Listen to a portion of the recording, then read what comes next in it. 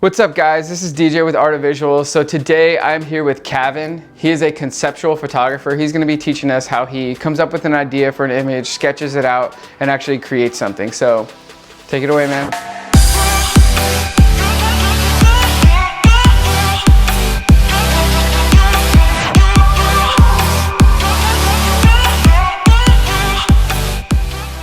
When I begin conceptualizing an image, I first think of what's the story that I want to tell. I think that's really important for any photographer that's doing more conceptual work to know what exactly it is that they're trying to convey. Once I've figured out the story that I want to tell, then kind of the entire process begins, which usually starts with sketching my images in a notebook, and then I'll figure out the color palette that I want to use for that image.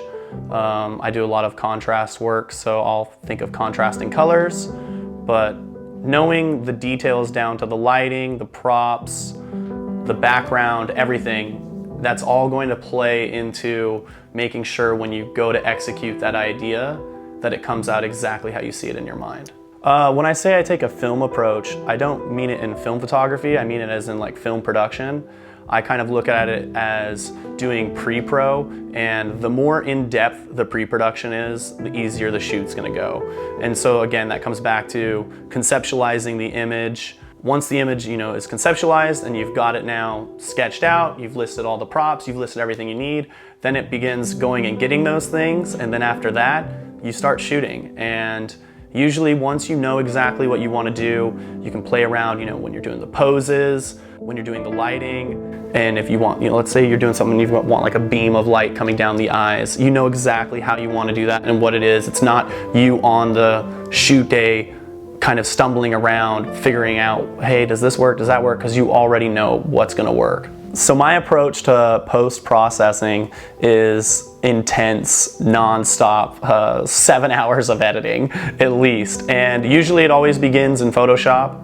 I'll bring the image in, I'll literally start right from the raw edit when you're there, and then once it comes in, I begin everything. Usually I start with, when it's a composite image and compositing everything together, that's what I'll do first. Even before I mess with the lighting, I'll build what the image is gonna look like first, and then I begin the lighting process. Like, let's say, you do a picture with a hand reaching out to a face, I'll make sure the hand matches the lighting of the face and everything, but when you're first building it, I don't even worry about that. Just get it placed in the exact way you want it to look, and then you go from lighting to coloring to anything else that you need to add. For me, my passion right now comes from a pretty dark place. It's usually going into my past or things that I think about, and I usually get pretty depressed when I'm doing it, but it's to create an image that I'm trying to, like I've referenced earlier, trying to tell a story. And with this current project that I'm on, everything is deeply personal for this project. So I'm trying to make it very reflective of that, but then also adding a surreal or conceptual twist to it. So it's not just a straightforward, like if you do like an image called What We Take, you're not just doing something where it's like someone stealing something from someone. You try and put a twist on it to where it's unique, it's its own thing, and it also leaves it up to the audience to create their own stories from it. But the story that you had in mind when you created it. The emotion that I want to convey in the majority of the images that I'm creating right now is a mix. It's a mix of depression, anxiety, feeling alone when you're in a group of people, pain, sadness, pretty much anything that you can think of that is, realistic human emotions that we all go through every day.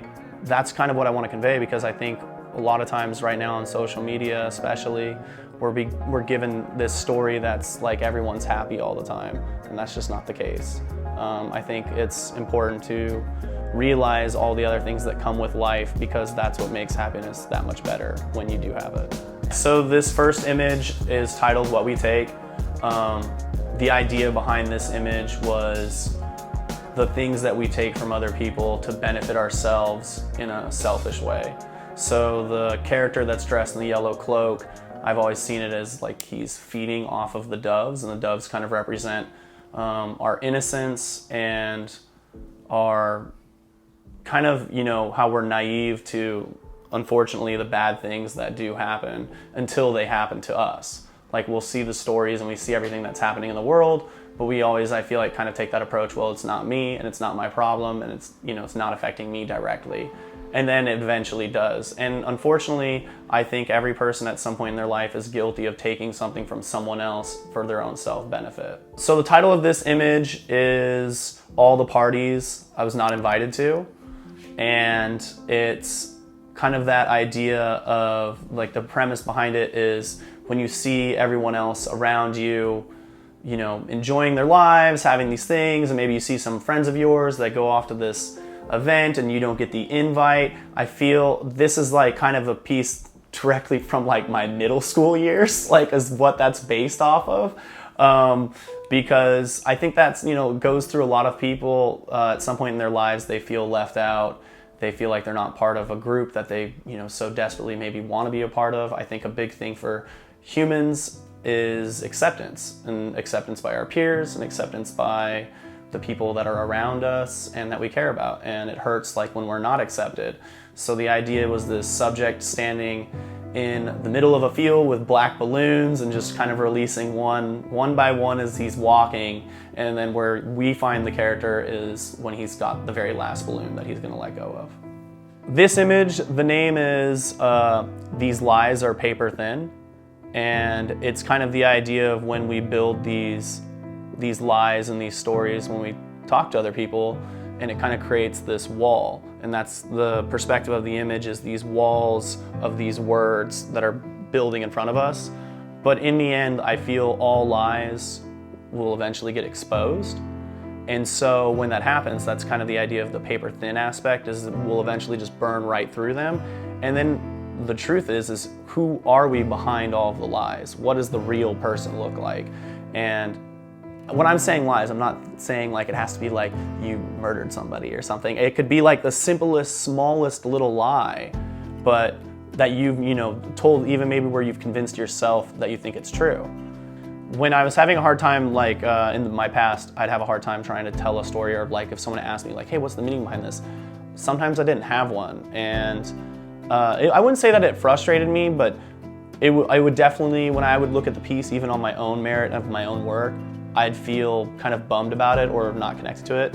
I mean, I can honestly say I've been doing photography for almost 6 years, and the first 5 years I maybe liked 7 photos. Everything else I hated. This year's the first year where I've made a promise to only release the work that I feel confident in and that I'm connected to, and I know there's a story that I'm trying to tell. All right, thank you guys so much. Thank you, Kavan. Make sure to check him out on Instagram, and we'll see you next time on To The Point.